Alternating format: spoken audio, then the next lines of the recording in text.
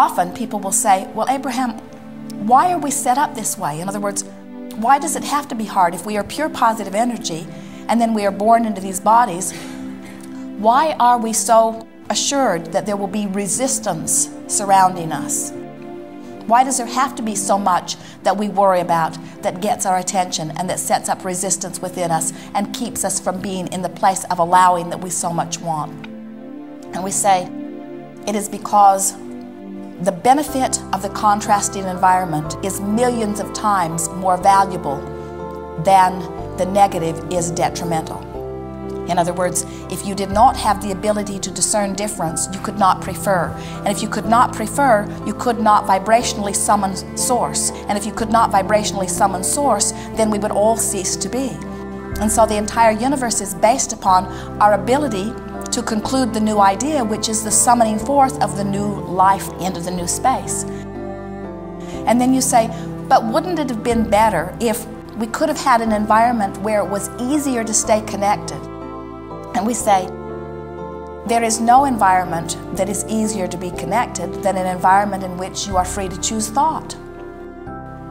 And you say, but it's hard to choose a thought that feels good when there's so much around me that feels bad. And we say, only because you haven't practiced it that way.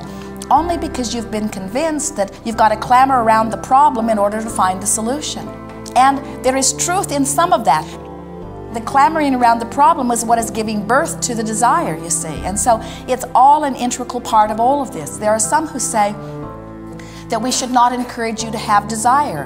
And yet, we cannot stop you from having desire. The universe is established to produce desire. There are some who say it is inappropriate to have desire, and we say those are only those who have not figured out how to find vibrational alignment with the desire, so the desire is always painful. We understand why you would not want to have a desire that is painful, but the only reason it is painful is because you have not yet learned how to allow.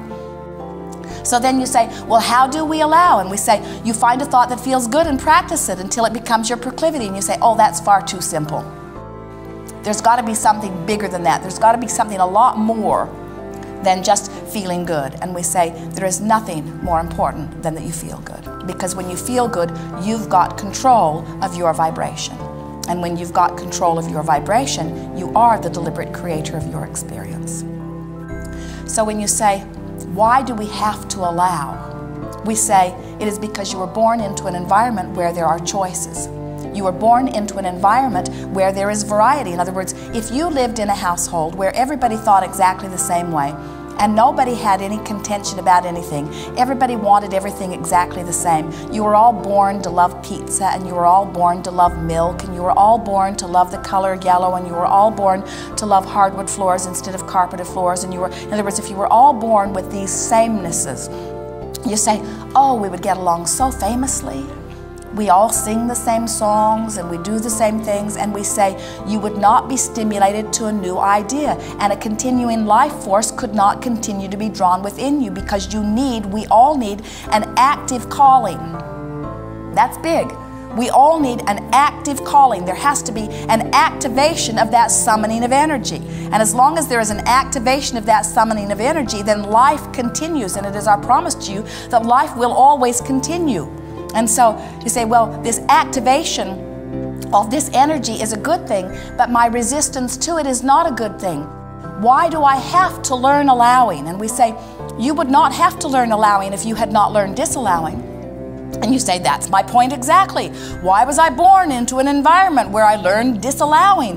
Why do I have to go back now and learn how to allow? Shouldn't I just naturally allow? And we say, because you wanted the environment of difference, and you needed to find your bearing, and you needed to find your place, and you needed to decide what you want. In other words, we promised you, you did not want to come into an environment where you just said yes, yes, yes, yes, yes, yes, yes, yes, yes to all of it. You wanted to say yes, no, well, maybe.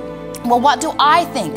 What do I conclude? What is my preference? Otherwise, your perspective has no value if you are not here to decide, to discern, to prefer something new, you see. So then you say, but I thought we are all one. And we say, we are all one, playing off one another for the purpose of coming up with a new idea. And you say, well, it's painful because now I have to learn how to allow all over again. And we say, you'll be all right. you can use your guidance system to know if you don't get too far from where you are, it's always easy to bring yourself back to center. And even if you do get far from where you are, it's still easy to bring yourself back to center. It just takes deciding that feeling good is worth something and practicing with real determination to feel good for no other reason than to feel good. And in time you show yourself that allowing is not a big issue. It's easy to allow. In fact, it is your dominant proclivity. You would much rather love than not love. You know how we know that? When you don't love, you feel miserable. You would much rather praise than criticize. You know how we know that? Because when you criticize, you feel awful, and when you praise, you feel wonderful. You would much rather know your success and know your value than to feel that you do not have value. You know how we know? Because we feel your pain when you choose the other. In other words, we think that it must be so easy to know the stove is hot. In other words, that does not feel good. It does not feel good to put your hand on a hot stove. And we do not understand sometimes why it is so hard to take your hand off the stove. And you say, my mother had her hand on the stove, her mother had her hand on the stove, our family puts its hand on the stove, it's just what we all do. The day I was born, they put my hand on the stove. And we say, but now you get to decide how you like it. And you say, but it's hard. Do I dare take my hand from the stove? And we say, risk it and try it. And you say, it is sweet relief when I take my hand from the stove. But look, my mother still has her hand on the stove, and my government still has its hand on the stove.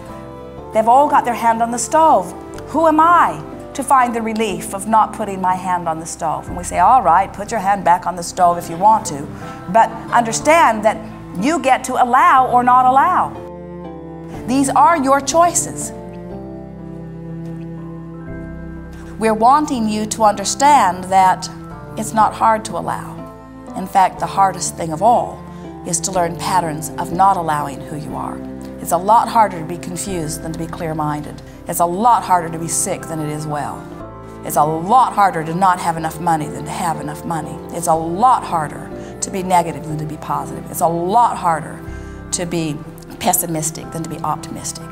The hard thing is not allowing. It's easy to allow. You just have to give yourself permission to do it and practice it a little bit.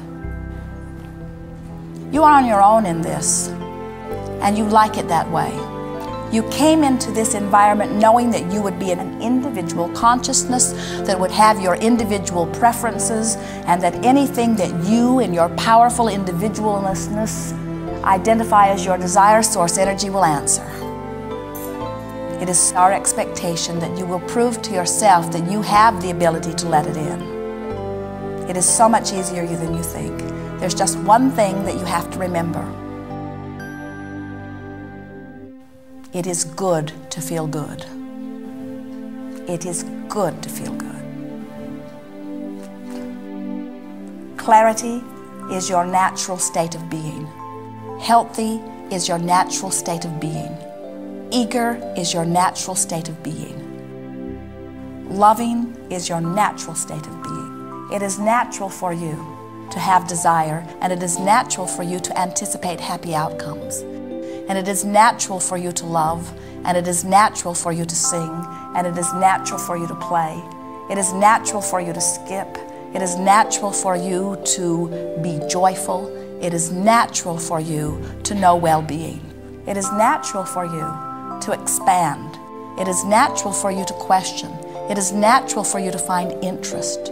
It is natural for you to want more. And it is natural for you to feel good. And anything else is resisting the natural state of who you are. There is great love here for you. We are complete.